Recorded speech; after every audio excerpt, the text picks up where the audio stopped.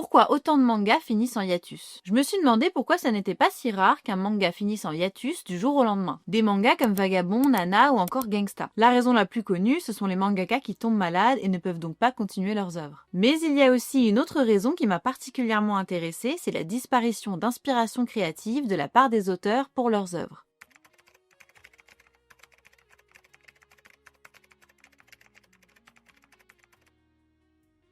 C'est un peu comme certains artistes qui commencent une chanson mais qui ne la finiront jamais, et qui sont pourtant en capacité d'en sortir plein d'autres. Je pense que lorsqu'on travaille sur une œuvre quelle qu'elle soit et qu'on est profondément passionné, cela peut se retourner contre nous. Entre la pression des maisons d'édition et la poursuite de la créativité, les mangaka peuvent craquer. Et finalement, leurs plus grands mangas deviennent leurs plus grands ennemis et les détruisent jusqu'au point où ils ne veulent plus toucher l'œuvre. Car certains mangaka, même après être tombés malades, continuent de sortir de nouvelles œuvres. Elles peuvent d'ailleurs avoir beaucoup moins de succès, ce qui peut être moins pesant pour les auteurs. C'est un petit peu l'envers de la médaille. La popularité du manga finit par détruire son auteur. Et dans ce cas-là, les lecteurs doivent faire le deuil de cette suite et fin tant attendue qu'ils n'auront jamais. C'est malheureusement le risque lorsqu'on commence un manga. Je pense que dès le départ, il faut accepter qu'on n'aura peut-être jamais de dénouement.